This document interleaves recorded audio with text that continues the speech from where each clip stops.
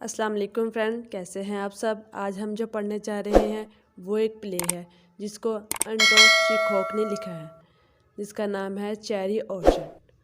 अब सबसे पहले हम डिस्कस करते हैं राइटर को। ये जो हमारे राइटर हैं अंटोन चेखोव, ये 29 जनवरी 1816 में पैदा हुए और 1904 में इनकी डेथ हो गई। इनके फादर जो थे वो एक पीसेंट थे, मतलब एक किसान थे। उन्होंने अपनी इंडिपेंडेंस के लिए बहुत ज़्यादा स्ट्रगल की। इनके फादर की एक शॉप थी। जब फादर बीमार हो गए तो वो शॉप चेखोव को चलानी पड़ी। जब चेखोव ने शॉप चलाई और देखा कि इनकी फैमिली की सूरत हाल बहुत ही ख़राब है, तो उन्होंने शॉर्ट स्टोरी लिखना स्टार्ट कर दी। शॉर्ट स्टोरी तो उन्होंने लिखी, लेकिन अपने नाम से पब्लिश नहीं करवाई, बल्कि उसे बेचना स्टार्ट कर दिया अपनी फैमिली को सपोर्ट करने के लिए। उन्होंने 17 साल की उम्र में ही लिखना स्टार्ट कर दिया। अब हम बात करते हैं हिस्टोरिकल कॉन्टेक्स्ट की, कि द चेरी ऑर्चर्ड किस हिस्टोरिकल कॉन्टेक्स्ट में लिखा गया है और चेरी ऑर्चर्ड का बैकग्राउंड हिस्ट्री क्या है, क्योंकि ये सब जानना हमारे लिए बहुत ज़रूरी है। अगर हम ये नहीं समझेंगे तो हमें पता ही नहीं चलेगा कि राइटर का पर्पज़ क्या है ये स्टोरी लिखने का। 20वीं सेंचुरी की बात है कि रशिया के अंदर सोशल ट्रांसफॉर्मेशन हो गई थी। अब क्या हुआ था कि रशिया के अंदर स्टार्ट से ही जो रिच पीपल थे वो पुअर को एक्सप्लॉइट कर रहे थे। उन्होंने मिडिल क्लास को अपना गुलाम बना के रखा हुआ था, क्योंकि जो मिडिल क्लास थे वो अपर क्लास के सर्वेंट थे। इसलिए मिडिल क्लास को अपनी लाइफ के अंदर through and through upper class की बात मानना पड़ती थी। फिर क्या हुआ, 20वीं सेंचुरी स्टार्ट हुई। 20वीं सेंचुरी के स्टार्ट में ही पीसेंट ने मिलकर एक रिवॉल्ट स्टार्ट कर दी। उसे पीसेंट रिवॉल्ट कहा जाता है। जब पीसेंट रिवॉल्ट स्टार्ट हुई तो पीसेंट ने अपने हक का मुतालबा करना स्टार्ट कर दिया और उन्होंने अपने राइट्स मांगना स्टार्ट कर दिए। पीसेंट के पास ना ही पैसा था और ना ही कुछ आराइश का सामान और ना ही कुछ दूसरी चीज़ें। फिर तब क्या हुआ, जो टैक्सेस थे वो सारे के सारे अपर क्लास को पे करना पड़ते थे। जो पीसेंट थे उन्होंने कहना स्टार्ट कर दिया कि उन्हें मज़ीद ऑपरेशन वाली ज़िंदगी अब नहीं गुजारनी, उनको उनके राइट्स दिए जाएं, उनको एक बेहतर ज़िंदगी गुजारनी है। जो अपर क्लास थी उनका डाउनफॉल स्टार्ट हो गया, क्योंकि उनके ऊपर बहुत ज़्यादा टैक्सेस थे और वो टैक्सेस पे नहीं कर पाते थे। जब वो टैक्सेस नहीं पे कर पाते थे तो उनका डाउनफॉल स्टार्ट हो गया। और जो लोअर क्लास थी वो उन्होंने स्ट्रगल करना स्टार्ट कर दी, अपनी आइडेंटिटी क्रिएट करना स्टार्ट कर दी और अपने राइट्स के लिए स्ट्रगल स्टार्ट कर दी। और उन्होंने इतनी ज़्यादा मेहनत की कि वो खुद एक अपर क्लास बन गई, कि इवन कि जो लोअर स्टैंडर्ड लोग थे वो एक हाई स्टैंडर्ड लेवल पर पहुंच गए। अब क्या होता है कि एक तरफ डाउनफॉल हो जाता है अपर क्लास का और साथ ही साथ राइज हो जाता है मिडिल क्लास का। अब क्या आ गया, अब एज के अंदर ट्रांसफॉर्मेशन आ गई। यही सब बात हम स्टोरी के अंदर देखेंगे कि कैसे अपर क्लास अपनी लग्जरियस लाइफ के अंदर बिजी रही। वो अपनी लाइफ के अंदर जितने भी गुड्स थे उनको एंजॉय करती रही। उनके ऊपर इतने डिबेट्स थे कि उनको पता ही ना चला और वो अपनी इंजॉयमेंट में बिजी रही। एट द एंड उनको डाउनफॉल फेस करना पड़ा। और ऑन द अदर हैंड जो पीसेंट लोग थे उन्होंने थ्रू एंड थ्रू स्ट्रगल की और एक अच्छा लाइफस्टाइल आ गया उनकी ज़िंदगी के अंदर और उनको कामयाबी मिली। यही सब कुछ हम स्टोरी के अंदर देखेंगे। अब हम स्टोरी की बात करते हैं। स्टोरी में सबसे पहले हम करैक्टर की बात करते हैं कि हमारे पास कौन कौन से मेन इंपॉर्टेंट करैक्टर हैं। सबसे पहले हमारे पास करैक्टर है मिसिस डेनिस्की का करैक्टर है। ये एक मिडिल एज रशियन वुमेन है। ये ओनर है एक स्टेट की और चेरी ऑर्चर्ड की, जिसके इर्द गिर्द सारी स्टोरी घूमती है। इनका फर्स्ट नेम लवबोव है। इसका मतलब है लव, जो कि रशिया के अंदर इस्तेमाल किया जाता है। बिल्कुल ऐसा ही इनका करैक्टर हम देखते हैं स्टोरी के अंदर। ये बहुत ही जेनरस हैं, काइंडनेस है इनके करैक्टर के अंदर, फिजिकल ब्यूटी है इनके करैक्टर के अंदर। सिर्फ यही एक सिंगल करैक्टर है स्टोरी के अंदर जिनके साथ लवर दिखाया गया है। अगला हमारे पास करैक्टर है लोपाकिन का। ये एक बिजनेसमैन है और ये नेबर है मिसिस डेनिस्की का। ये एक पीसेंट का बेटा था। इसके फादर और ग्रैंडफादर मिसेस रेनविस्की के घर काम करते थे। ये बहुत ही सेल्फ कॉन्शियस बंदा है। ये बिजनेस माइंडेड आदमी है, हर चीज़ को बिजनेस के एंगल से देखता है और इसका एक ही मोटिव है कि ज़िंदगी के अंदर तरक्की करनी है और आगे बढ़ना है। फिर हमारे पास करैक्टर है गाउफ का। ये मिसेस रेनविस्की का भाई है। ये बहुत ही काइंड अंकल और ब्रदर है, लेकिन इसका बिहेवियर मिडिल क्लास लोगों के साथ बहुत ही डिफरेंट है। फोर्थ वन हमारे पास करैक्टर है वरिया का। ये अडोप्टेड डॉटर है मिसेस रेनविस्की की। ये लोपाकिन को पसंद करती है। नेक्स्ट करैक्टर है हमारे पास अनिया का। अनिया कौन है? अनिया बायोलॉजिकल डॉटर है मिसेस रेनविस्की की। ये 17 ईयर ओल्ड है। ये ट्रोफिमोव को पसंद करती है और इसी के साथ शादी भी करना चाहती है। नेक्स्ट करैक्टर है हमारे पास ट्रोफिमोव का।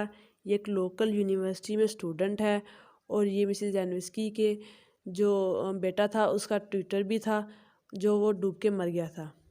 फिर हमारे पास करैक्टर आ जाता है चार्लोक का। ये अन्या का गवर्नेंस है। फिर आ जाता है फ्रिज का करैक्टर। ये 7 ईयर्स ओल्ड सर्वेंट है मिसेस रेनविस्की के घर। फिर नेक्स्ट करैक्टर है हमारे पास यूपी कोडो का करैक्टर है। ये क्लर्क है मिसेस रेनविस्की की स्टेट के अंदर। नेक्स्ट करैक्टर है यशा का। ये एक यंग मैन सर्वेंट है मिसेस रेनविस्की के स्टेट के अंदर। इसको पसंद नहीं कि कोई इसे सर्वेंट कहे। नेक्स्ट करैक्टर है दुनियाशा का। ये एक मेड सर्वेंट है मिसेस रेनविस्की के स्टेट के अंदर। ये बहुत ही इनोसेंट है और ये यशा को बहुत ज़्यादा पसंद करती है। यहाँ पे हमारे करैक्टर ख़त्म होते हैं। अब हम आते हैं स्टोरी की तरफ। इस स्टोरी की स्टार्टिंग होती है मई की एक ठंडी सुबह से रशिया में, जब मैडम रेनविस्की अपनी बेटी अनिया और 2 सर्वेंट के साथ फ्रांस से रशिया वापस आ रही हैं।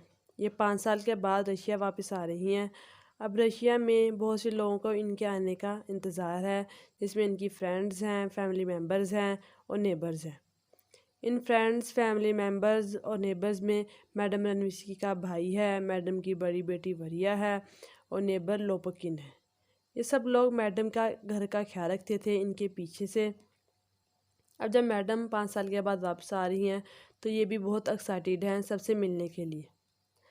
मैडम रेनविस्की यहाँ से 5 साल पहले इसलिए चली गई थी क्योंकि इनके हस्बैंड की डेथ हो गई थी और एक माह के बाद ही इनके बेटे की भी डेथ हो गई थी। इनका बेटा पानी में डूबकर मर गया था। तो ये 2 अपनी बेटियों को रशिया में छोड़कर फ्रांस चली गई थी अपने लवर के पास, लेकिन इसके लवर ने भी इसको धोखा दिया और छोड़ दिया। फिर इसके बाद इन्होंने सुसाइड करने की कोशिश की। तब इसकी बेटी अनिया ने जाके इसे वापस रशिया लाने का सोचा। अनिया पहले रशिया से फ्रांस गई और अब अपनी मदर को फ्रांस से रशिया लेके आ रही है। अब जब मैडम रेनविस्की 5 साल के बाद वापस रशिया में आई तो इनको पता चला कि इनके घर का कर्ज बहुत बढ़ चुका है। अगस्त तक इनको पैसे चुकाने हैं। अगर मैडम कर्ज ना दे पाई तो इनके घर को सेल करना पड़ेगा। इनके घर में एक चेरी ऑर्चर्ड भी है। ये बहुत पुराना बगीचा है और बहुत ही एक्सपेंसिव है और इस प्रॉपर्टी के एक बहुत बड़े हिस्से पे फैला हुआ है। लोपकिन, जो कि मैडम रेनविस्की का नेबर है, वो मैडम को एक एडवाइस देता है कि इस चेरी ऑर्चर्ड को कटवा दे और जो ज़मीन बचेगी साफ़ करवाने के बाद वो रेंट पे दे दे ताकि इनका घर सेल होने से बच जाए। लेकिन मैडम रेनविस्की को ये प्लान पसंद नहीं आता क्योंकि मैडम रेनविस्की नहीं चाहती कि किसी भी सूरत में ये ऑर्चिड वो कटवा दे।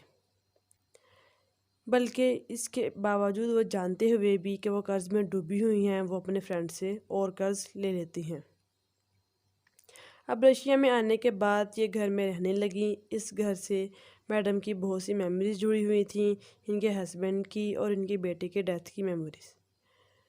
मैडम की जो नेबर है लोपोकिन, वो ये ऑफ़र देता है कि इस घर को या तो सेल कर दें या चेरी ऑर्चर्ड को कटवा दें। लेकिन मैडम को ये एडवाइस पसंद नहीं आती।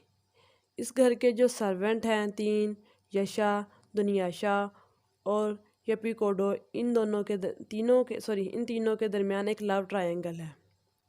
यपीकोडो दुनियाशा को पसंद करता है, जबकि दुनियाशा जो है वो यशा को पसंद करती है और जो यशा है वो अपने आप को ही पसंद करता है। इन तीनों के रोमांस चलता रहता है। जबकि इस घर का एक ओल्ड सर्वेंट भी है, फ्रिज। वो बहुत खुश है, वो इसलिए खुश है कि इसकी मैडम वापस आ गई हैं। मैडम रणविस्की के घर के पीछे खुला मैदान है। एक दिन ये तीनों सर्वेंट वहाँ मौसम एंजॉय कर रहे होते हैं। तभी वहाँ पे मैडम रणविस्की, उसका भाई और लोपुकिन वहाँ पे आ जाते हैं और ये यहाँ से सर्वेंट चले जाते हैं। कुछ देर ये तीनों वहाँ पे बैठते हैं। फिर लोपुकिन मैडम रणविस्की से पूछता है, क्या क्या आप चेरी ऑर्चर्ड कटवाने के लिए तैयार हैं? मैडम रणविस्की उसकी बात पे तवज्जो नहीं देती, क्योंकि वो अभी भी यही नहीं चाहती कि वह चेरी ऑर्चर्ड को कटवा दे। फिर थोड़ी देर बाद वरिया, अनिया और ट्रोफिमोफ वहाँ पे आ जाते हैं। ट्रोफिमोफ सबको लेक्चर देने लग जाता है कि रशिया अपने लेज़ी पीपल की वजह से कितनी प्रॉब्लम फेस कर रहा है। हार्ड वर्किंग लोगों की कमी हो गई है और रशिया में। तभी वहाँ पर एक भिखारी आ जाता है और वो भीख मांगने लगता है। तो मैडम रणविस्की क्या करती हैं, उसे एक गोल्ड का सिक्का दे देती हैं। ये देखकर मैडम की बड़ी बेटी वरिया को बहुत ज़्यादा गुस्सा आता है और वो वहाँ से चली जाती हैं। अनिया और ट्रोफिमोफ भी इसके पीछे पीछे चले जाते हैं। और फिर अगस्त का माह आ जाता है, जब इसके घर की नीलामी होनी थी। जिस दिन इसका घर नीलाम हो रहा था, उसी दिन मैडम रणविस्की ने एक बहुत ही एक्सपेंसिव डिनर पार्टी रखी, ताकि ये अपनी परेशानियों से दूर रह सके, क्योंकि उसके घर सेल हो रहा था। टाउन में नीलामी चल रही थी। मैडम रणविस्की का भाई और इसका नेबर इस नीलामी में गए हुए थे। काफ़ी देर गुजरने के बाद वो दोनों वापस नहीं आए, तो मैडम बहुत परेशान हो रही थी कि अब क्या होगा, कि इनका घर सेल हो जाएगा या बच जाएगा। थोड़ी देर बाद मैडम रणविस्की का भाई आता है। मैडम रणविस्की उससे पूछती हैं कि क्या हुआ नीलामी में, हमारा घर सेल हो गया कि बच गया। लेकिन वो कोई जवाब नहीं देता और ऊपर चला जाता है। फिर थोड़ी देर बाद मैडम रणविस्की का नेबर लोपुकिन आता है और वो बहुत खुश होता है। मैडम रणविस्की उससे पूछती हैं कि क्या हुआ, चेरी ऑर्चर्ड सेल हो गया या बच गया? लोपुकिन बोलता है, हाँ सेल हो गया। तो मैडम पूछती हैं कि किसने ख़रीदा? तो लोपुकिन कहता है, मैंने। हकीकत में लोपुकिन ही ने मैडम का घर खरीद लिया था। ये सुनने के बाद मैडम रणविस्की रोने लगी, क्योंकि वो नहीं ये चाहती थी कि मैडम जो लोपुकिन है वो इसका घर खरीदे, क्योंकि वो चेरी ऑर्चर्ड कटवा देगा।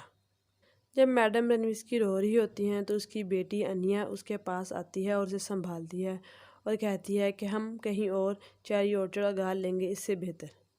लास्ट एक्ट में मैडम रणविस्की और इसके घर वाले पैकिंग कर चुके होते हैं और जाने के लिए तैयार होते हैं। उनको जल्दी जल्दी में 1 घंटे के अंदर ट्रेन पकड़नी होती है। लोपुकिन बहुत खुश होता है कि वो इस घर का ओनर बन गया है, क्योंकि इसके फादर और ग्रैंडफादर इस घर में काम करते होते हैं। जहाँ तक बात है सर्वेंट फ्रिज की, ये बीमार हो गया था। अब मैडम रणविस्की और इसकी पूरी फैमिली इस घर को छोड़कर जा रहे होते हैं, तो वो लास्ट टाइम घर को गुड बाय कहते हैं और इनको चेरी ऑर्चर्ड के कटने की आवाज़ें आ रही होती हैं। अनिया लोपुकिन से कहती है कि जब तक हम यहाँ से चले न जाएं, वो चेरी ऑर्चर्ड को मत कटवाए। फिर इसके बाद पूरी फैमिली यहाँ से चली जाती है। जो फ्रीज होता है सर्वेंट, वो एक्सीडेंटली अंदर रह जाता है और अंदर बैठकर रो रहा होता है और चेरी ऑर्चर्ड के कटने की आवाज़ सुन रहा होता है। इसी के साथ हमारी स्टोरी ख़त्म हो जाती है। थैंक्स फॉर वॉचिंग एंड अल्लाह हाफिज़।